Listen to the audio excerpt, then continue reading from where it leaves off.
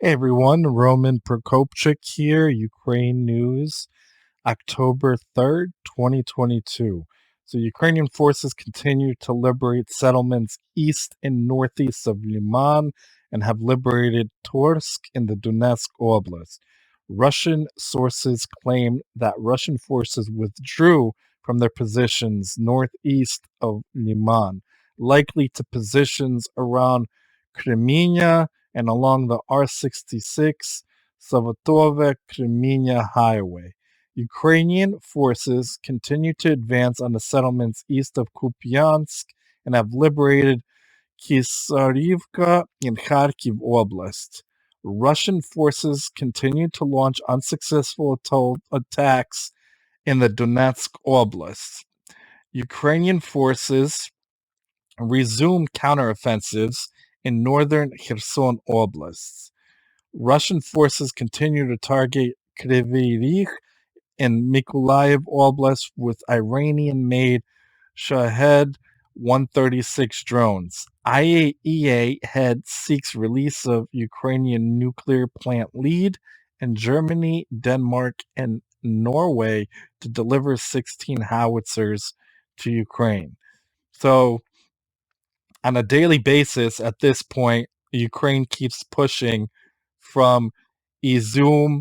Obviously, the last few days they've taken Lyman and have been pushing within, close to Lysychansk, where they actually were fighting and withdrew around August, right near Severodonetsk. Now they have an opportunity to just keep pushing and pushing in that area, and every day, really taking back a few towns and settlements. And Russia and other sources, other pro Kremlin bloggers have tried to kind of lighten the fact that Ukraine has taken Liman, but Lyman was a major hub, a major railway hub, and roads going through that in terms of supply and logistics. Where Russia obviously has had issues with logistics for this whole war, and taking out logistics hubs like this and moving further and further and pushing back the Russian lines obviously puts pressure on Russia.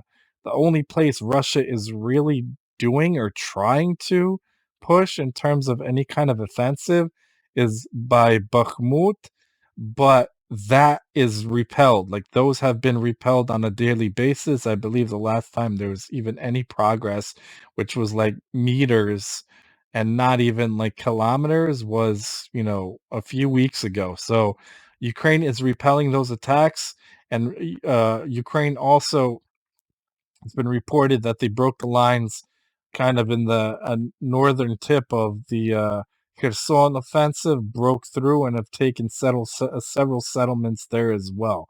It's nice to see that other countries are still providing aid, especially howitzers, because that artillery and counter artillery batteries in terms of an artillery battle is highly needed for Ukraine, especially when the climate and how the terrain will be in terms of it being very muddy currently. So the moving is a lot slower than obviously the Kharkiv offensive, but Russia does obviously possess a large number of artillery pieces, a lot of which they've donated and entrusted to Ukraine based on being left behind in the retreat in Kharkiv and other areas. But Ukraine obviously is greatly appreciative of that.